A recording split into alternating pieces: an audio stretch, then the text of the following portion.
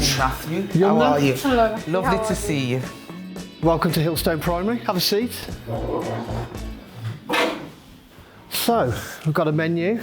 Right, I'd like to start with educating children to taste. Yeah, I mean, what we want from our children when they leave Hillstone in Year 6 is to have a good basic knowledge of food, be able to cook nutritious meals and to know where the food comes from.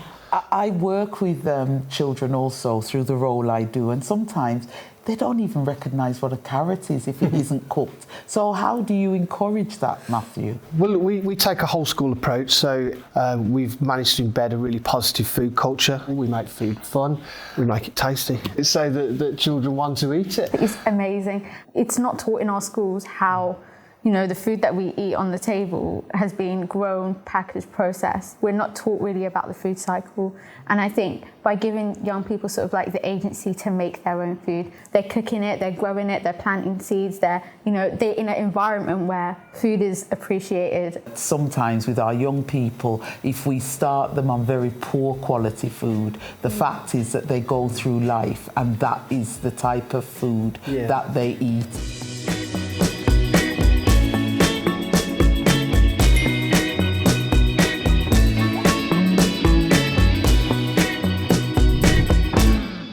In our neighbourhoods, we appreciate food, on our tables. There's, dinner tables where families come and sit together. It's time that you talk to people around you. It's, food is always a happy time in my household. It's only when you start to go to other places you actually realise what a fantastic place we live in and how lucky we are.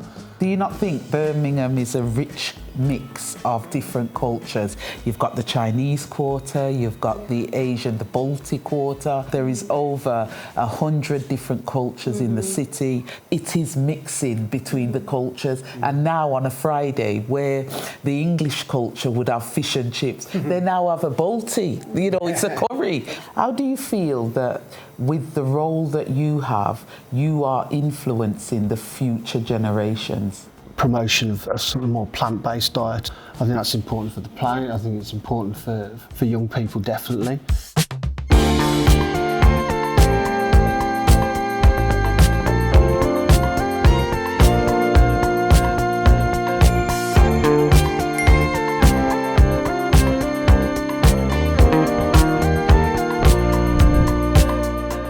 We've come a long way in terms of other core cities. Now we're developing a food system strategy, and Birmingham City Council is obviously doing a lot of work on that, and there's so much happening, and it's just how can we connect the dots, how can we make sure that a lot of the work that's been done around the city is brought in a collaborative effort so that we can build a stronger food movement in Birmingham. As a city council, what we've tried to do is not just keep it in Birmingham. We've actually worked with countries where we've looked at what they've been doing around their food systems. We've also been doing some work on the Food Cities 2022. We've worked with people to actually put together a strategy which is co-produced and will cover a number of areas where we have challenges at the moment. I'd like to say well done for what you're trying to do at the school, and we need to emulate that in other places in the city. But also, as someone who's passionate about food, you actually showing the way, because over many years I've been on an allotment and I've chaired an allotment site. You don't see many young people, but they're starting to come. So food is something that you have to educate people about. I asked both of you to send me a recipe for a meal. I'm going to go and cook that now. We're going to enjoy eating it.